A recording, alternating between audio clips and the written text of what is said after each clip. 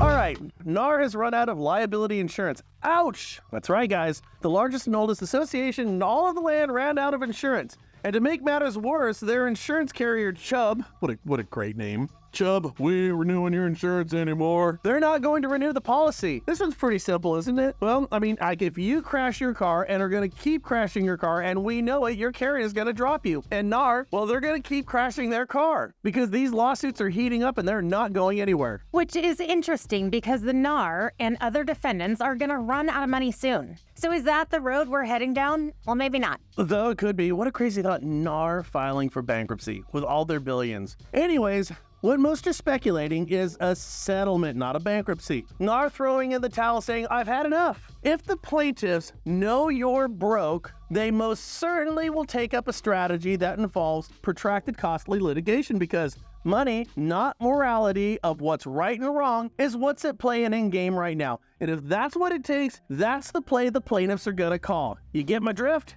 So, what does that mean for all y'all? Agents, your future buyer side commissions just took a hit and they're surely gonna go down. But without NAR, they could be gone. Most of your brokers have already run from your protection by settling. Now, having NAR as your last line of defense is like having the 1943 Italian army as your last line of defense. Probably not good. Our thinking is this: sellers will pay a commission because it makes sense. Those commissions will probably be negotiated. And in the case of, say, like FHA deals where you can negotiate 6% concessions, a part of that will be earmarked for buyers' agent commissions. Then again, the other way is buyers will have no representation. This is the most illogical thing I've ever heard, but it's the most logical outcome. In that case, buyers will rely on the advice of their loan officer to help them through the transaction, which puts a loan officer and their mortgage company in legal peril, and the buyer gets crappy half-baked advice from somebody who isn't a full-time real estate agent. Now here's my question. How in the freaking F is this better? Aren't we supposed to be improving this industry? Isn't that what our fearless leaders are all about? I know not the blood-sucking lawyers. They just want to screw everybody for money. 30%, not 6%. They want to screw everybody. But where in the hell are our politicians on this? I mean, if we look back over the past 10 years, what we've done to improve protections for our buyers and sellers, we have just run them through the mud. This is yet another freaking joke. How is it better? It's nuts.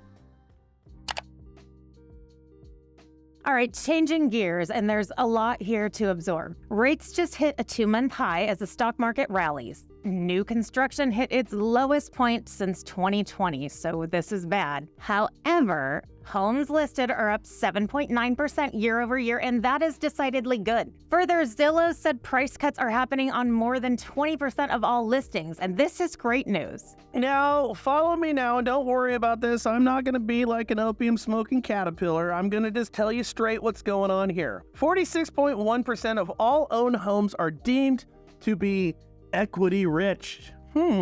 So what does that mean? It means they have half of their home's value in the form of equity. So, yep, values have dropped and dropped a whole bunch, concessions are being made, yet homeowners are still sitting on a freaking boatload of equity. Just a treasure chest of this stuff. So commissions, even if negotiated as part of your contract, it's easier to do so if you have a whole bunch of equity, and they do. Further, now listen up, loan officers, also make sure that you have a strategy in place with your real estate agent partners so you can explain how that equity can be leveraged to increase your past clients' real estate holdings with a cash out refinance and property acquisition. Or a move up and hold strategy, or cash out and buy investment. 50% of homeowners could do this, but I dare say 49% of them don't know that they can. That is an industry-wide failure on our part. So roll up your sleeves, people. You've got work to do. You know, the solutions are all pretty simple, aren't they? We know what to do. We hear it all the time, but when we hear it, those are just words put together in sentences that make absolutely no sense without taking action. With taking action, everything works. The solutions are right at your feet. Go become an expert on some of these non-QM deals, guys. There's a ton of products that I know you don't know about, and learn how to market these with your real estate agent partners. Not to, but with your real estate agent partners. Become the authority.